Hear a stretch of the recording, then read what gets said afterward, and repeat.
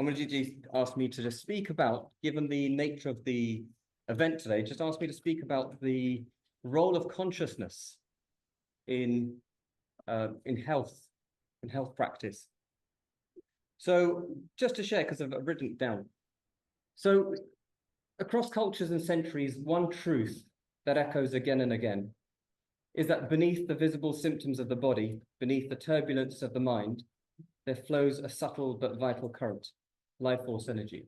One of the things that we seem to neglect in medicine today, particularly modern medicine, is we focus on the body, but what we don't focus on is the very thing that keeps us alive, life force energy. So some call it prana, others chi or ki or vital force. But whatever the name, this energy is not metaphorical, it's experiential. It is the silent architect of our vitality, and when disrupted, the beginning of disease, that is, dis-ease. Human beings have long known that illness can arise from many sources, physical, emotional, and energetic. For some time now, much of our attention was placed on the physical. But today, we're widening the lens, recognizing once again the profound role that consciousness plays in the healing process. Because consciousness influences how we carry pain, how we respond to treatment, how we repair, and ultimately how we return to wholeness, it must be recognized as an active force in the healing process. In many cases, illness reflects a deeper misalignment between thought, emotion, and embodiment. And when we begin to restore that alignment, we don't just treat the disease, we awaken the body's capacity to heal.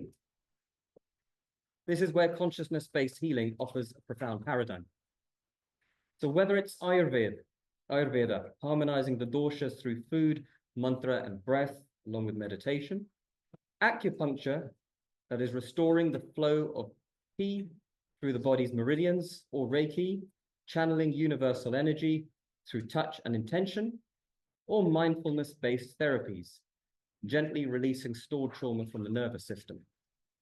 Each of these systems point to the same insight, that healing begins the moment we meet our inner blockages with conscious awareness, when presence meets blockage, and when our system reconnects with its natural rhythm and intelligence. We're not just treating symptoms, we're restoring coherence between mind, body, and consciousness. As practitioners, this calls us to a new kind of responsibility, not only to intervene, but to listen, not only to treat, but to awaken.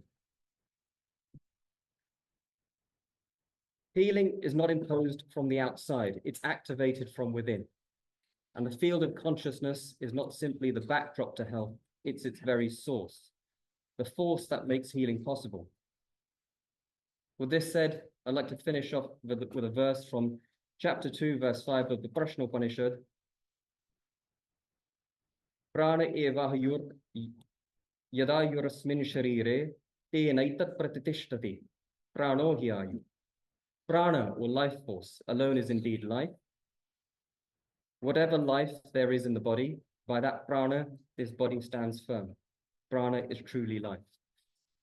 So when we have alternate systems of medicine, one of my colleagues today was saying that she said, I'm a scientist. So although she's about to deliver her first baby and she's using alternate therapy, she said, I'm a scientist, so I don't really know.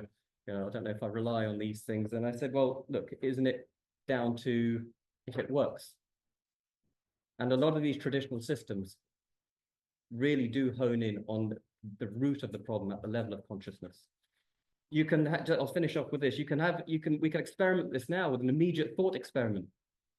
If I asked you to think of something, I'll lift your spirit up in a minute, don't worry. But if I ask you to think of something negative or very kind of unfortunate in your life, just to ponder on that for a moment, if I may ask you to. Notice and observe your vitality. Notice and observe. You can do this in your own time. Your presence of being. It comes down. For the moment, I ask you to think of something exciting or something amazing that you've experienced in life. Take yourself back to an amazing memory. Your life force energy comes back and you feel alive. That's what it's through that the healing takes place. Okay? And an amazing little thing to reinforce that is you put your hand on your heart when you feel that and say, I love feeling that presence, and you'll feel it amplified. I myself, many years ago, went through a very difficult time, and through a consciousness-based approach, came back to a very dark place, from a very dark place. And I've experienced it directly myself. The evidence is there that through consciousness, through life force energies, amplification, do you start to heal from within. It is life itself, ultimately. It's the source of everything. So, and then, do you have people to mention about Sanskrit? So I have two of my colleagues, my esteemed colleagues at the back. So my role is that of head of Sanskrit at St. James Senior Boys School in Ashford. Two esteemed colleagues of mine sitting at the back, Mr. Warwick Jessup, who's just raised his hands. He's head of Sanskrit at the at St. James Senior Girls School and Prep School. And alongside him is Mr. Jay Lakshman, who is head of Sanskrit at the Avanti School. I think this is the first time all three heads of Sanskrit in these schools have come together. So it's quite a momentous occasion for me. I think we need a group pickup again. So we have a little,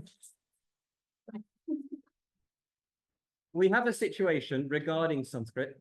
I think I think Warwick Jessup is probably best placed to just share a few words. I don't know whether you wouldn't mind just from where you are, Warwick, just briefly, because Warwick is far more experienced than me on these matters.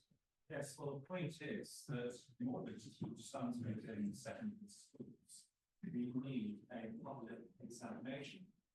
And this has been provided by Cambridge Exam for the last decade or two.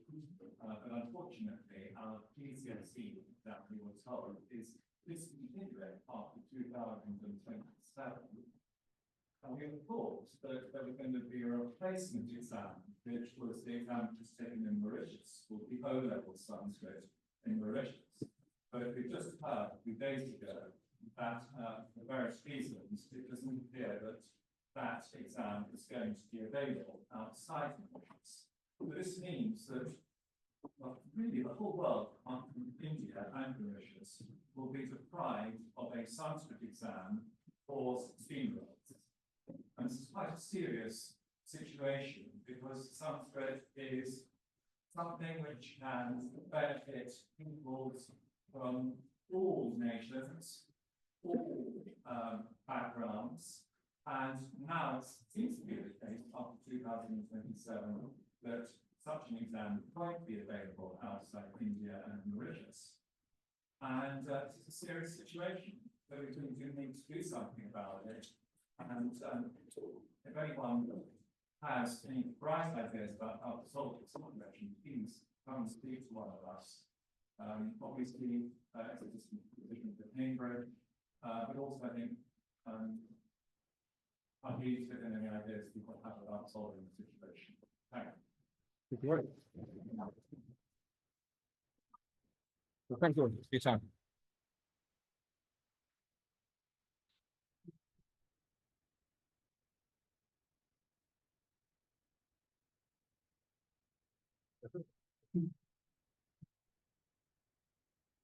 Can you sit closer, yeah?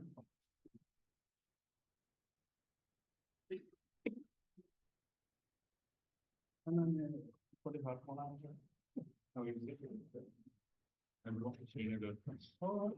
Thank you. Yoga card,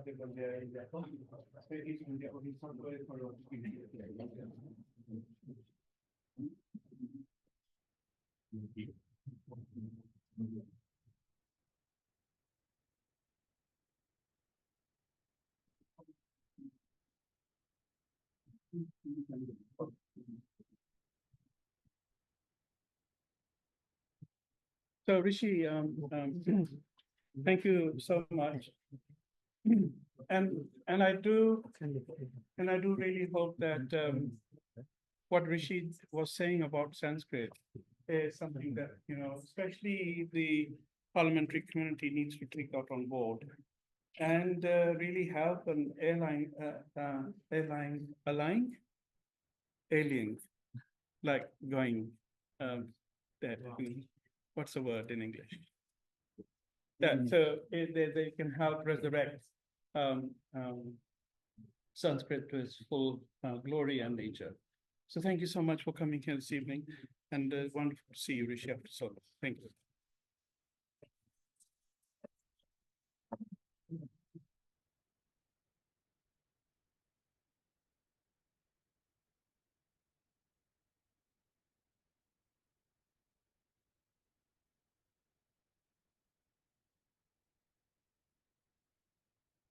So I'm absolutely glad that John MacDonald, who really needs no introduction, John MacDonald, Member of Parliament for Hayes and Hartlepool, has been associated with the work that we're doing here before it became an all-party parliamentary group in the traditional sciences. He was with us in the early days when we set up the SaveHerbalMedicine.com campaign. And this was the time when the European Union wanted to take out all herbal traditions from everywhere in Europe. And I approached John, I went to see him at his constituency. That's back in 2009. So that's how long John has actually had this association with us. And working hard and, steering, all the work that we were doing at that time.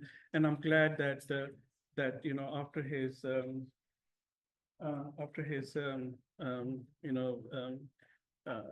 office in the previous opposition with Labour, that he has a little bit more time and that he can devote that time to what we're all doing here.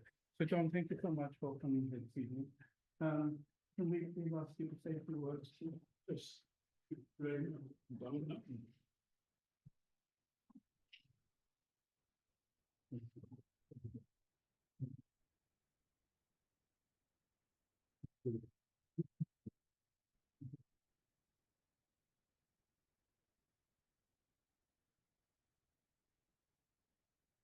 Thank you.